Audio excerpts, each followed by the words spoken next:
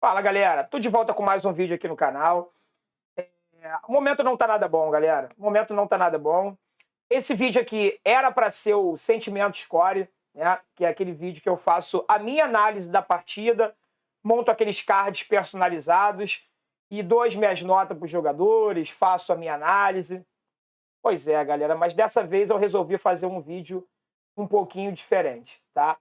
Eu resolvi pegar alguns trechos da análise de alguns jornalistas que eu gosto, que eu acompanho, e resolvi trazer aqui para vocês. Porque a minha opinião sobre o que foi o jogo, a grande maioria de vocês já sabe, já conhece, pelo menos quem assistiu a minha live pós-jogo, tá? Eu deixei a minha opinião, a minha impressão do que foi o jogo ali, e não é nada diferente do que eu já tenho falado há dias, há semanas aqui. Porque o que aconteceu contra o Grêmio não foi nenhuma novidade. Então eu vou olhar aqui para o lado, porque está aqui a minha outra estação de trabalho, e aqui está a opinião de jornalistas como Daniel Kaiser, um abraço, Marcelo Neves, um abraço, Pedro Rangel, meu irmão, um forte abraço, Josa Novales, também um forte abraço. Então eu vou aqui falando a opinião de algum deles, tá? Vamos lá, ó. Mais uma atuação fraquíssima do Fluminense. Não dá para saber qual é a proposta do time. Fica no mata-burro e jogado à própria sorte, quase o tempo todo. Time não evolui. Fluminense perdeu para Santos, Ceará e Grêmio em 3 jogos seguidos contra adversários que estavam bem abaixo dele na tabela. Claro que teve o Sport aí no meio, né? Na média, jogou consideravelmente pior do que contra todos eles. Esse é o parâmetro. É necessário enxergar a realidade para tentar melhorar. Aí eu acrescento. Como é que a gente continua na ilusão de Libertadores, galera? Se a gente joga contra equipes que estão na zona do rebaixamento ou brigando para não entrar nela e a gente perde todas elas. Esse é o nosso parâmetro. O Fluminense hoje, ele talvez jogue o pior futebol do Campeonato Brasileiro. A gente jogou contra o Santos para não entrar na zona do rebaixamento. Ou lá o Santos estava, alguma coisa assim, eu não me recordo, tá? Ceará, a mesma coisa. O Grêmio ele ganhou 8 jogos no Campeonato Brasileiro. 2 contra o Fluminense, ou seja, 20%. 20% das vitórias do Grêmio no Campeonato Brasileiro foram contra a gente. Primeira vitória do Grêmio no Campeonato Brasileiro foi contra o Fluminense, e agora de novo. O Grêmio é o virtual rebaixado nesse Campeonato Brasileiro. 6 pontos contra a gente. Se o Fluminense tivesse conquistado os 6 pontos contra o Grêmio, galera, escutem bem o que eu estou falando. Se o Fluminense tivesse conquistado os 6 pontos contra o Grêmio, hoje nós estaríamos na 6ª colocação do Campeonato Brasileiro com 48 pontos. A mesma pontuação do Fortaleza. A gente perderia no critério de desempate, mas nós estaríamos com a mesma pontuação do Fortaleza. Somente ganhando os 2 jogos contra o Grêmio. Nada mais. Seria algo surreal? Eu estaria pedindo muito? Não, né? Continuando. O que é o Fluminense tentando propor o jogo? Se o time criava alguma coisa enquanto o jogo estava 0-0, aqui é a análise do jogo contra o Grêmio, tá? Quando o Grêmio fez o gol e desistiu da bola, a equipe do Marcão virou uma pobreza de ideias. Não produziu absolutamente nada. Simplesmente o Fluminense não sabe jogar com a bola, precisando propor o jogo.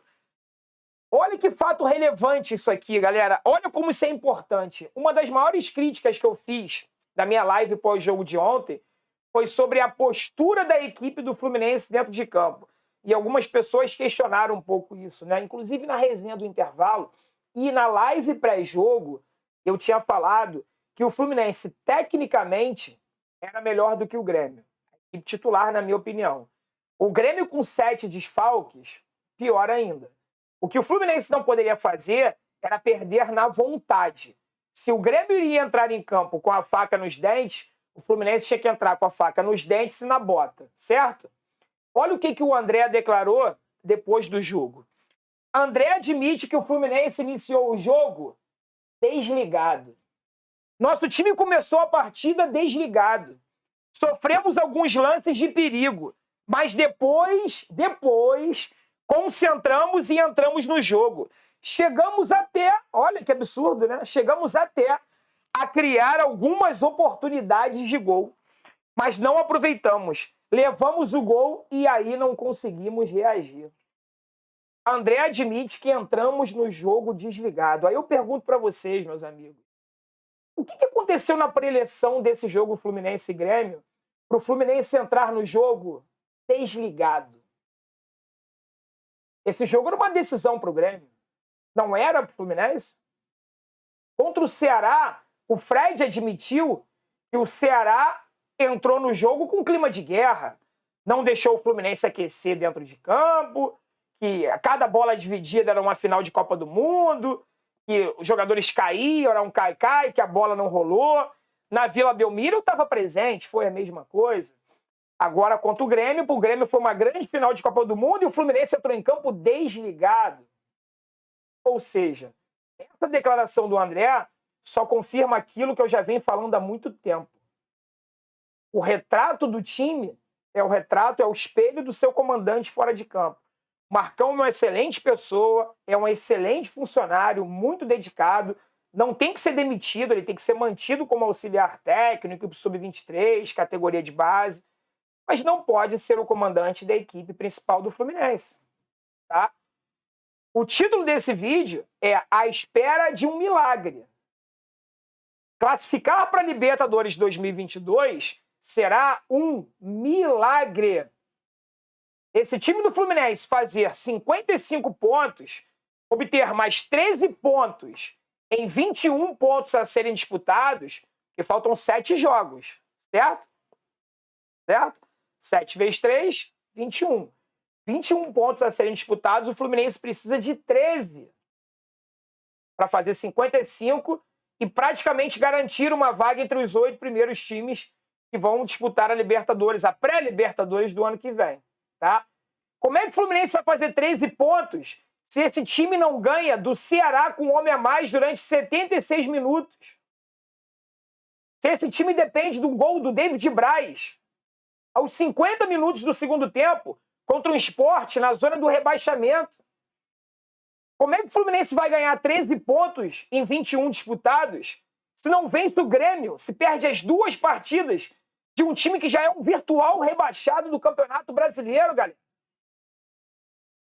À espera de um milagre. E todo mundo é culpado. Mário Bittencourt, Paulo Angione e companhia. E eu tenho que ouvir na entrevista coletiva que o Marcão espera apoio da torcida. Eu espero sim.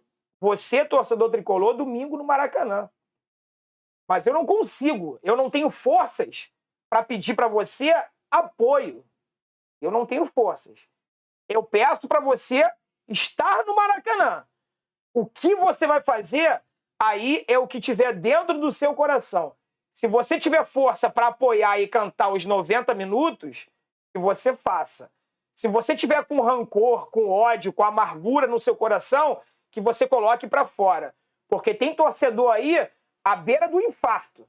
Não faça isso, eu não quero ver ninguém morrendo por causa do Fluminense. Então, se for necessário você ir para o Maracanã e vaiar e xingar 90 minutos, e vá. Porque a torcida do Fluminense não merece isso.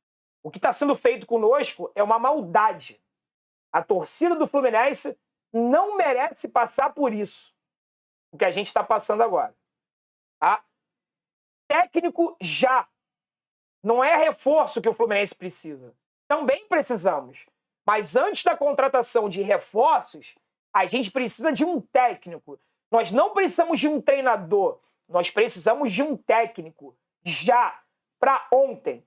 E para isso, eu estou lançando uma série, já lancei, na verdade, uma série com treinadores estrangeiros que o Fluminense pode pegar uma lista, analisar e escolher. Dunité. Escolher qualquer um deles, que eu arrisco dizer que é melhor do que qualquer um dessas opções dentro do cenário nacional. O que não pode é continuar na mesmice. Até a seleção brasileira convidou um treinador estrangeiro para assumir a seleção. Convidou o Xavi, que não tem história nenhuma como treinador. Ainda bem que o Xavi treinou. porque ele não é técnico para a seleção pentacampeão mundial. Mas até a CBF enxerga que no Brasil não tem técnico capacitado para assumir a seleção brasileira. Para o Fluminense também não. Tá? Então, Mário Bittencourt, acorda enquanto é tempo. Perder a vaga na Libertadores 2022 vai ser uma das maiores vergonhas da história do Fluminense, ficando atrás apenas dos 3 rebaixamentos. Você hoje, Mário Bittencourt, é o responsável pelo Fluminense estar brigando com Cuiabá, Atlético Goianiense, Ceará e América Mineiro por uma vaga na Libertadores. Eu me sinto envergonhado. Hoje, eu, como torcedor do Fluminense, estou com vergonha. Vergonha. Hoje, o sentimento que eu sinto é vergonha de olhar para a tabela e vejo que a gente está disputando, com todo respeito a esses clubes. Não é pelos clubes, é pelo investimento que esses clubes fazem. Quando esses clubes entram no Campeonato Brasileiro, eles entram para se manter na Série A. E você, quando venceu a eleição, Mário, você venceu e entrou com um discurso que você montaria elencos para o Fluminense disputar todos os títulos nas competições na qual ele entrasse. E hoje a gente está correndo um seríssimo risco de ficar fora da Libertadores para Cuiabá, Ceará, América Mineira ou Atlético Goianiense. Isso é uma vergonha. Saudações, tricolor.